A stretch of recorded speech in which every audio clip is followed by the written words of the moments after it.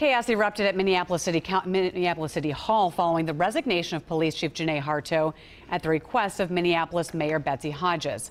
In the midst of Hodges announcing the change in leadership, protesters took over.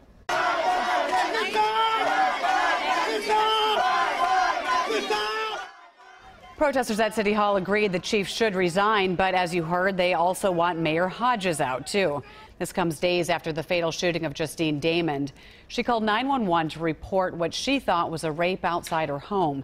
It took Harteau 5 days to return from vacation and condemn the actions of Officer Mohammed Noor.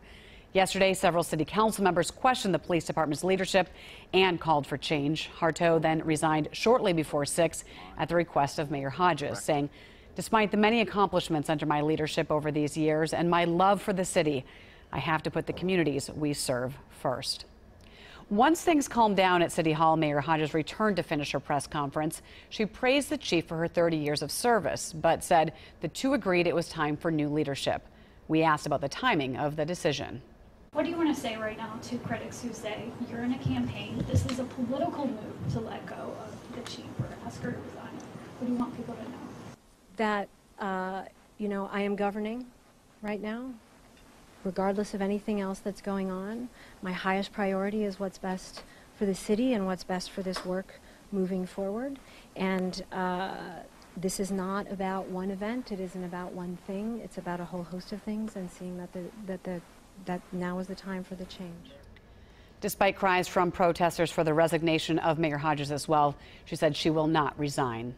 Hodges quickly nominated current Assistant Chief Madaria Rondo Arredondo as the new police chief. He has been with the department since 1989. Before the press conference last night, protesters took to streets to honor all those killed by police in Minnesota. About 100 people blocked traffic marching down Hennepin Avenue before ending at City Hall.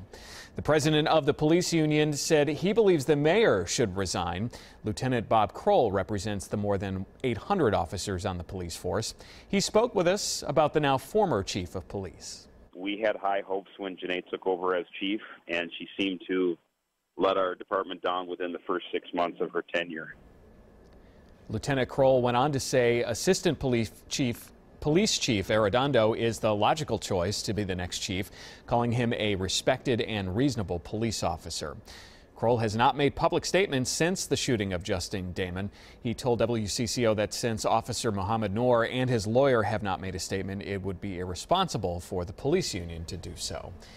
There are many new developments in the case of Justine Damond from the BCA. Agents have spoken with a witness to the deadly shooting last weekend. The BCA released information about a bicyclist in the area.